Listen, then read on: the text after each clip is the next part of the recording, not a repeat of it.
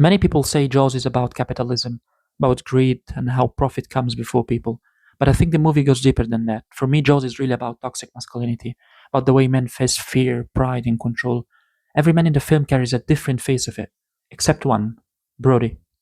The mayor represents greed, the man who hides fear behind confidence, who values image over truth, the one who refuses to admit weakness, even when lives are at stake. And that's one form of toxic masculinity, the denial of fear. Then there is Quint, the veteran trapped in obsession. He's still fighting a war long over, still chasing his ghosts from the USS Indianapolis. He believes killing the shark will free him. But the shark tells him otherwise. You have your boat, your engine, your limits. I have no engine, and the sea is my home. Quint's obsession has boundaries. The shark does not. And finally, we have Hooper, the intellectual, the man who believes knowledge gives control.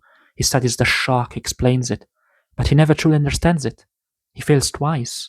First, when he drops the knife and the tooth, and again when he loses the hypodermic spear inside the cage.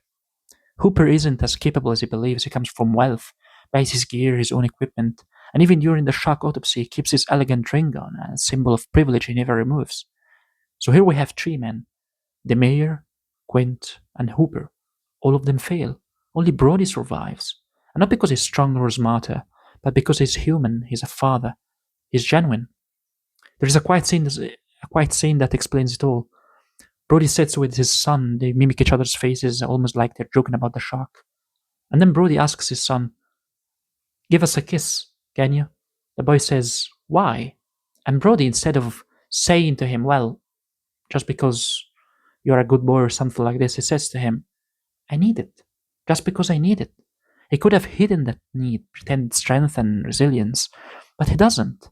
He chooses honesty, and that honesty is what saves him at the end of the day. At the end, when he faces the shark and he's not fighting for pride or revenge, he's fighting for his family, for love, for life. So when he says that final line, "Smile, you son of a bitch," it's not just a tough guy quote, it's almost tender, like a father trying to take a picture of his kid saying "smile," while the kid keeps moving and ruining the shot. It's funny, really, human and real. Brody wins because he isn't toxic, because he allows himself to feel, to care, to be afraid, and still act. And that's the real strength. Jaws isn't about capitalism, it's about men and how they face what terrifies them by denying it, fighting it, or finally accepting it. Maybe the real shark was never in the water, maybe it was in them all along.